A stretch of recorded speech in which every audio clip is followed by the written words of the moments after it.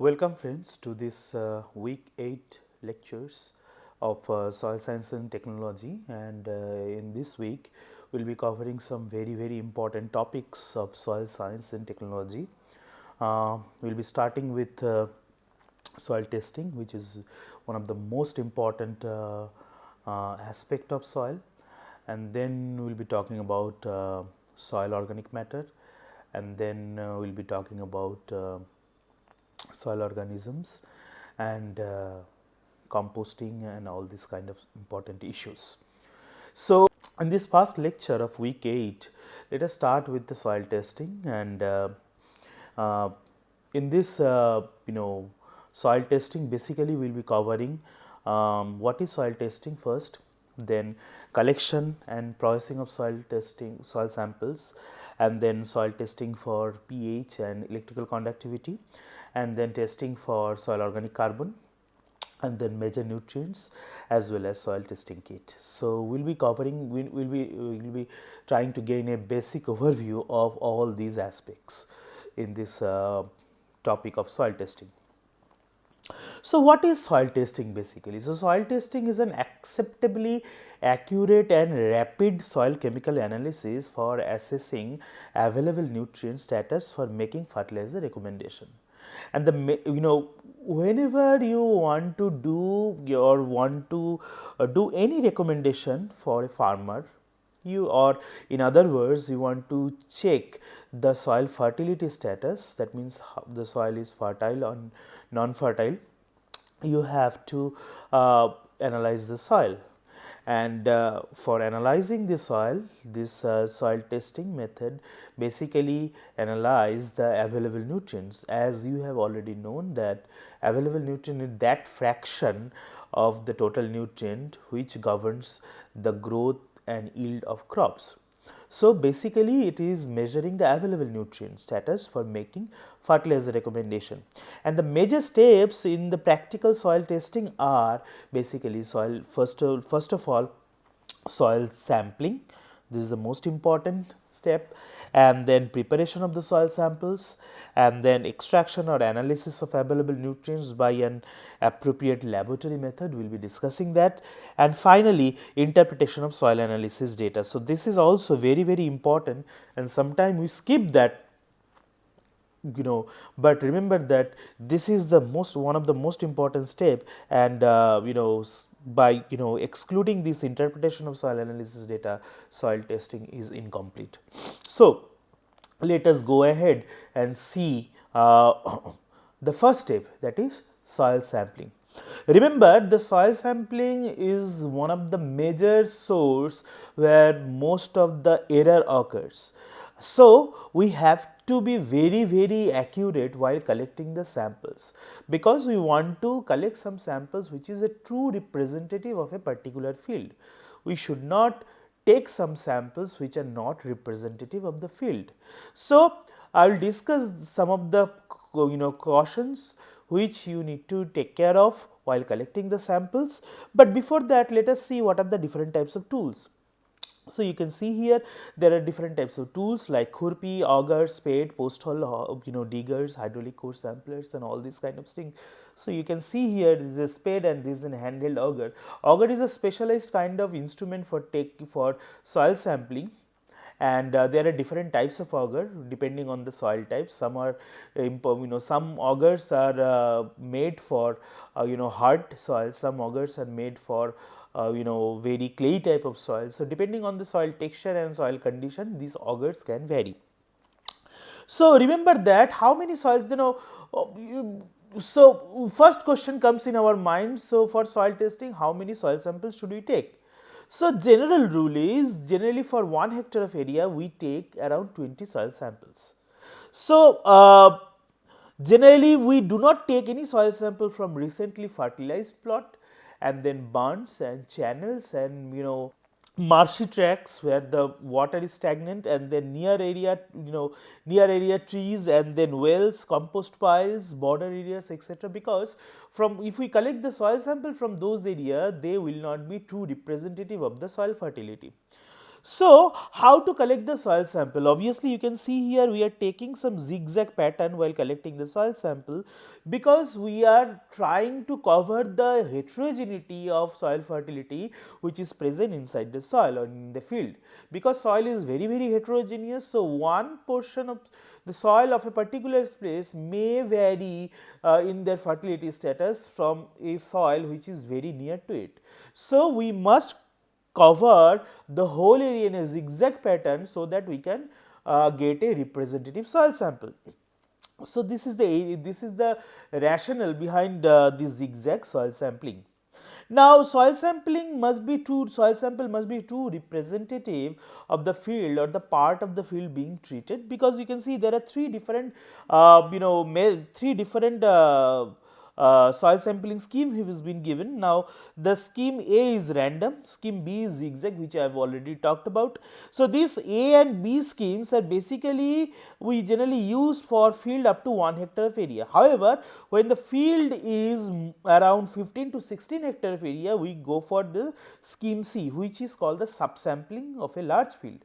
So, what we do, we generally generally take some nearby samples for a particular, we first select some particular spot, and near these particular spots we collect some 4 to 5 samples, and then we make a composite soil sample. So, this type of scheme is useful when the area is very large. So, what is the depth of the sampling? Now, the question comes, what is the depth of the sampling? Well, for it also depends on the type of the crops which are grown in that field, because you can see here in this table that for cereals, vegetables and seasonal crops, generally depth of sampling varies from 0 to 15 centimeters. So, we generally collect the soil for most of the field crop from 15 centimeter 0 to 15 centimeter depth.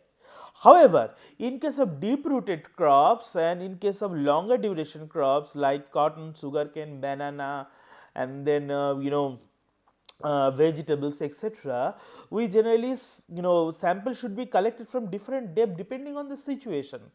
For example, in case of plantation or fruit crops, we generally take from 0 to 30 centimeter or from 30 to 60 centimeter or 60 to 90 centimeter, and 4 to 5 pits dug in generally 0 to in half hectare of area.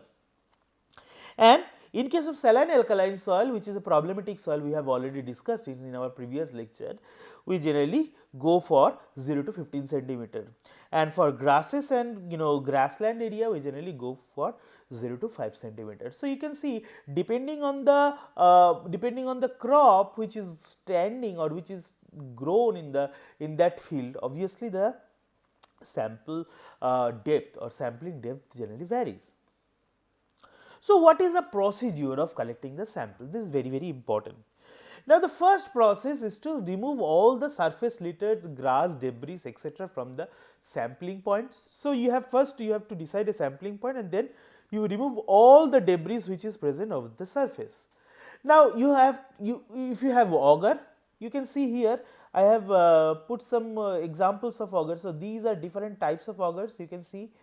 So, these are called tube auger. So, you can see here in the second picture here, this is called tube auger, and we are inserting the tube auger, and there is another auger called screw auger. So, screw auger is very helpful in case of hard soil. So, you can see in case we have augers, we can drive the auger to a plough depth which is 0 to 15 centimeter and to draw the soil samples. So, when we are using the auger, we are collecting 10 to 15 samples from each sampling unit or each sampling point and place in a bucket or tray and mix it thoroughly. So, this is one way. The most popular way is when you have a spade instead of auger. Now, using the spade, what you do a V-shaped cut just like this, and up to 15 centimeter of depth, because we are concerned about the field crops at this point of time. So, once you get this plowed V-shaped cup up to this plow depth of 15 centimeter, then you remove a thick slice, you can see here thick slice from top to bottom of the exposed face, that is the thickness of the slide should be 2.5 to 3 centimeters, so around 1 inch. So, you take the slice of the soil which is 2.5 centimeter to 3 centimeter of the V-shaped cut and place in a clean container.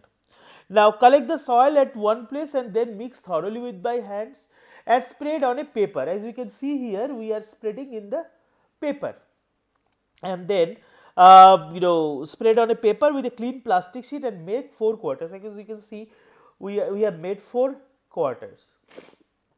So, once you make the 4th quarter, remove the opposite 2 quarters. So, we are removing this one and this one and retain the other 2, just like here you can see here we are removing this and retaining these 2. So, and we have to repeat the process until we got 500 grams of samples. So, once we get 500 grams of samples, we will go ahead and we will dry the soils in shade and we will then powder it through different methods. We can either use some mortar pestles to grind the soils, or we can use some mechanized soil grinding machine to grind the soil, and after grinding the soil we will sieve it through a 2 millimeter sieve, because you remember that by the soil definition of soil is a material which has a particle size of less than 2 millimeter. So, the highest particle in case of soil is sand, and is the highest particle size is 2 millimeters. So, less than 2 millimeter will collect. So, this is the representative soil. So, once we collect the soil, remember that we have to put them into the plastic bag and clearly label, because if the label is missing, then the total process process will be meaningless. So, you have to clearly label all the information. First of all, the soil, first of all the name of the farmer and the particular identification of that field, and if possible then we will take a GPS reading, which is we are taking right now in India, and also we will be taking we will be writing down the name of the previous crop and the crop which the farmer wants to grow in that field, and all these important stuff you have to write down, so that it will be useful for future recommendation purpose. So, this is the process of soil collection and soil preparation. So, let us see some photographs of the soil collection and soil preparation. As you can see, first of all we are reviewing the surface litter, then you can see here sample collected using a V-shaped cut. Here you can see this is a V-shaped cut, and obviously sample is thoroughly mixed then, and then divided into 4 compartments and opposite 2 compartment discarded and sample labeled and packed. So, these are the step by step process of collecting and processing the soil samples before we go for the standard analysis.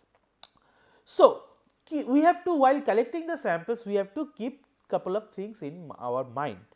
First of all, the best time for sampling is before sowing and or planting. So, each sample should have a label describing the field identification, farmer's name and address, previous crops and the crop for which nutrient recommendation is sought. I have already told you that. And for soil sampling, special augers with a core diameter of 1 to 2 centimeter are convenient, but the small spades can also be used. In any case, a uniform slide of soil should be taken from top to bottom of the desired sampling depth. Now, this is called GPS receiving unit, now receiver unit. And nowadays we also use this GPS receiver unit for collecting and the GPS points, and GPS basically will collect, will have a full lecture on GPS in coming weeks. However, these GPS basically collect the geographical position of a particular point. It measures it can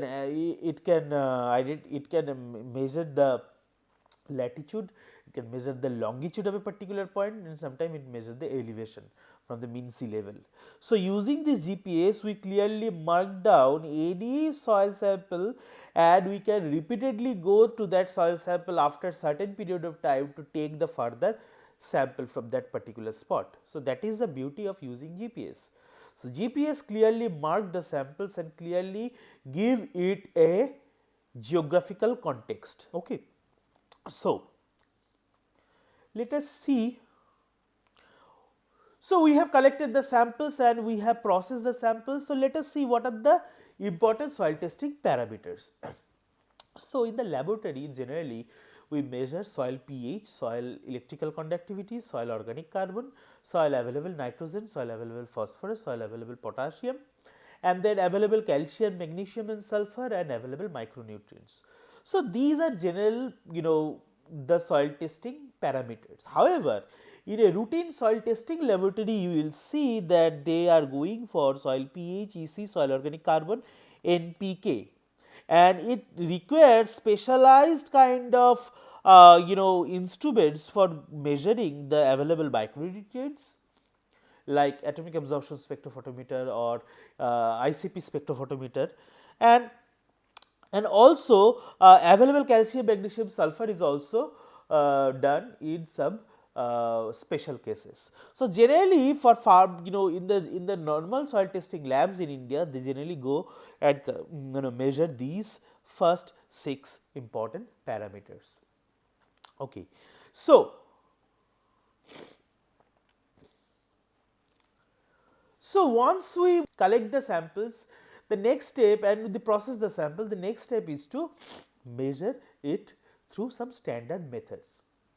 And remember that for all these macronutrients and micronutrients like available nitrogen, phosphorus, potassium, and then different micronutrients, boron, molybdenum, we have to make sure that we will be extracting all the nutrients in the extracting solution, and using that extracting solution further we will measure their concentration.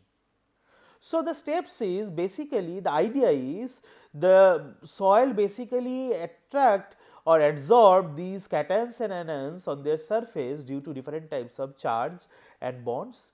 So, these cations and anion has to come into the solution before they can be measured through different instruments.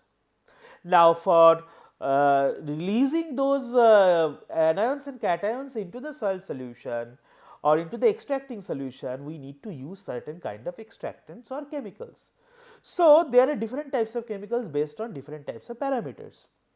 So, you can see here I have listed couple of them. So, available nitrogen we generally use alkaline potassium permanganate method extractant, and for available phosphorus we generally use mostly use 2 methods based on the soil pH. So, first of all is sodium bicarbonate for neutral or alkaline soil, we call it Olsen method. Another is called the Bray and Kurtz number 1 method, for it is useful for acid soils, and available potassium we will be using neutral normal ammonium acetate, and for micronutrient we will be extracting the micronutrient major basically zinc, copper, molybdenum and iron using DTPA method. DTPA is a chelating agent, and the full name of DTPA is diethylene triamine pentacetic acid, and boron we extract using the hot water. And in case of molybdenum we use Griggs reagent, which is basically ammonium oxalate of pH 3. So, these are some well known extractants which generally scientists use in the soil testing lab to extract different nutrients, whether they are macronutrients or micronutrients. Now, let us start start discussing the major parameters which most of the soil testing laboratory do in our country or in India. Let us start with the soil pH. So, we will be basically covering soil pH, soil electrical conductivity, soil organic carbon, then available NPK. We will not cover micronutrient extractions. However, we will be showing you some advanced methods for measuring the micronutrients. So, the soil pH is basically the the acidity, alkalinity or neutrality of a soil, which is measured using proton concentration or H plus ion concentration. So, as you know that pH is basically negative logarithm of hydrogen ion concentration, and principle says that when water is hydrolyzed it produces 1 proton and 1 hydroxyl group, and obviously this Kw is basically 10 to the power minus 14 for pure water at 25° Celsius, where Kw is basically the ion product of water. So, for water, the concentration of H plus and OH minus are basically equal because they are neutral. So, H plus concentration will be equal to OH minus, and this is equal to 10 to the power minus 7. So, pH of water is always 7 because it is neutral. But whenever a pH of any soil or any material goes beyond 7, it is alkaline, or below 7, it is acidic in nature. Okay. Then let us see how we measure the soil pH. So, generally we measure the soil pH in the lab using a pH meter. So, you can see here I have shown here a pH meter.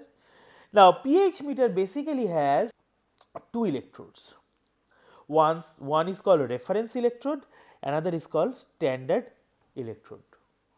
Now, the pH meter basically we submerge it into the soil water solution. How we create the soil water solution we will discuss. So, this beaker is basically containing this soil water solution, and basically we are dipping this pH meter. Now, in the pH meter you can see it is basically glass electrode. So, it is basically a very thin glass membrane which is very much sensitive to H plus ion. So, basically this is a proton selective electrode, and which is surrounded by a reference electrode with a fiber salt bridge, and this reference electrode and this glass membrane electrode basically combines together to measure the soil pH. Now, the difference in H plus ion concentration between soil suspension and glass electrode gives rise to an electrometric potential. When you dip this electrode into the soil water suspension, there is a potential difference which develops between this glass membrane electrode and the reference electrode, and which basically generates a electrometric potential, and this potential is measured and converted to the pH units. So, this is basically the, in short form or in a simpler form, it is basically the principle of measurement of soil pH. Now, these are some steps of measuring soil pH. Obviously, pH meter is the first calibrated using a known pH solution, and we call it buffer. Generally, we use 3 buffer for calibrating the pH meter, that is pH 4, pH 7 and pH 9.2. And then what we do, we created 1:2.5 soil water suspension by mixing 10 gram of water with 25 ml of deionized water.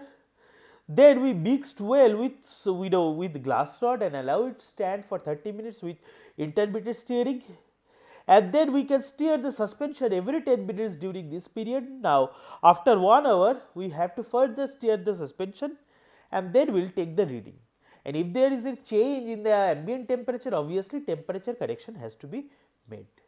So, once we get the pH value directly from the pH meter, the next step is the interpretation. Without interpretation, no soil testing is complete.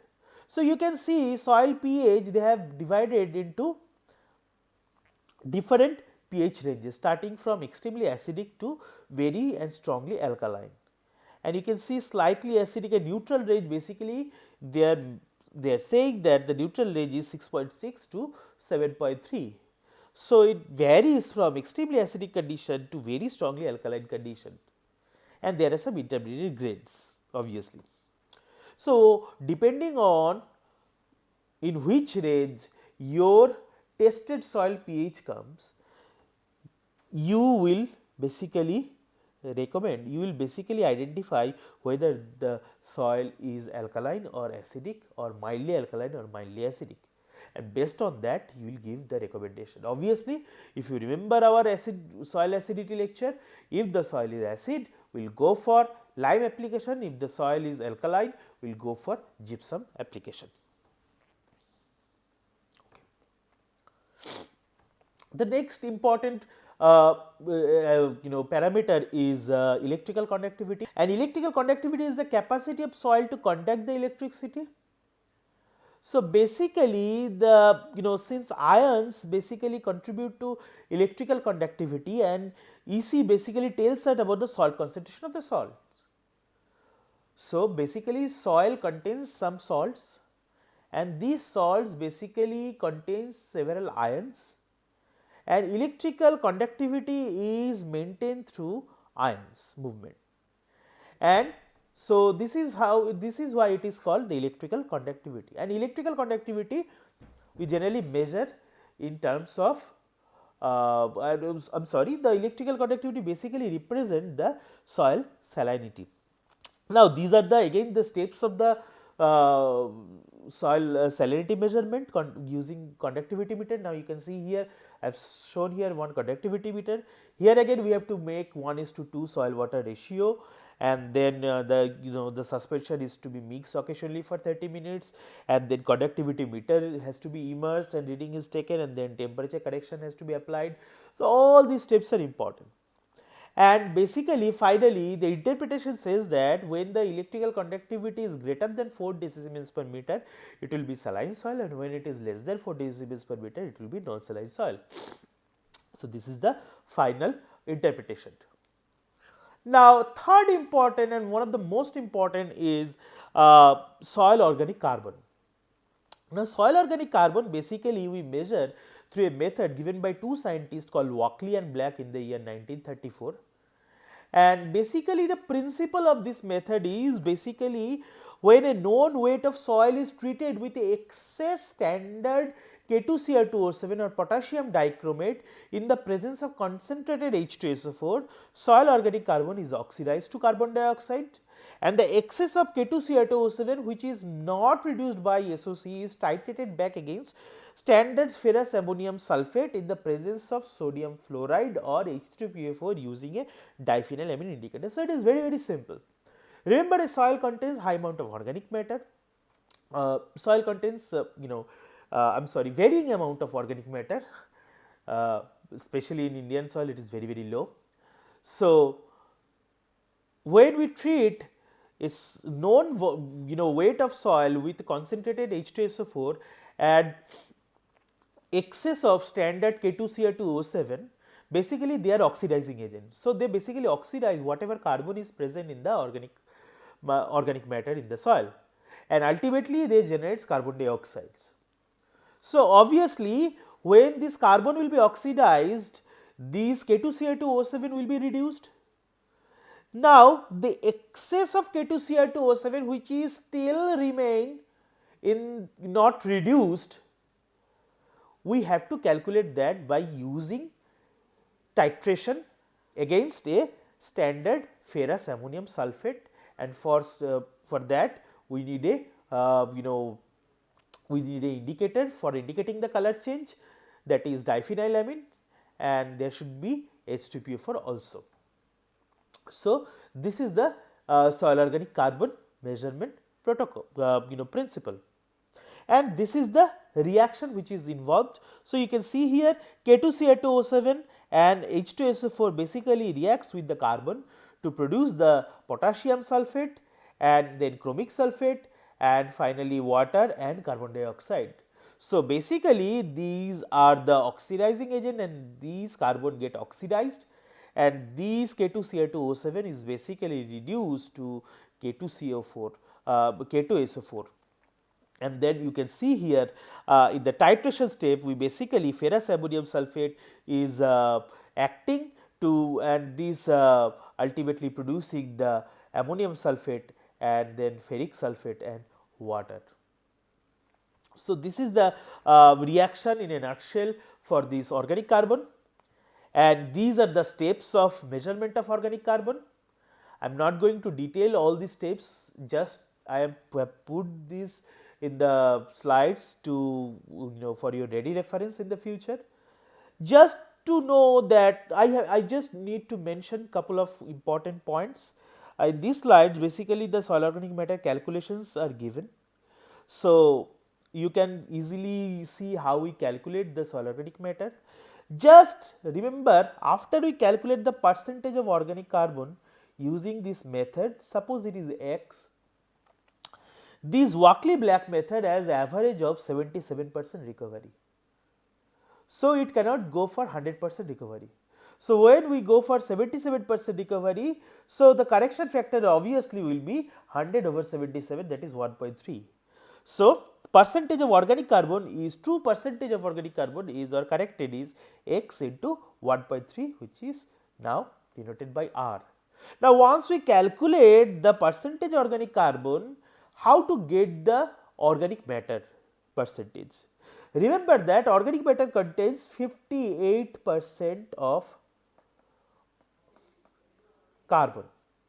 So, if you see 58% of carbon, and if you see, so 100 by 58, you will get 1.724, and this is why to get the organic percentage of organic matter from the percentage of organic carbon, we have to multiply it with this 1.724, and this 1.724 is known as Van Bemmelen factor.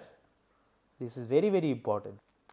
Van Bemmelen factor 1.724, and this 1.724 basically comes from this assumption that organic matter contains 58% of organic carbon.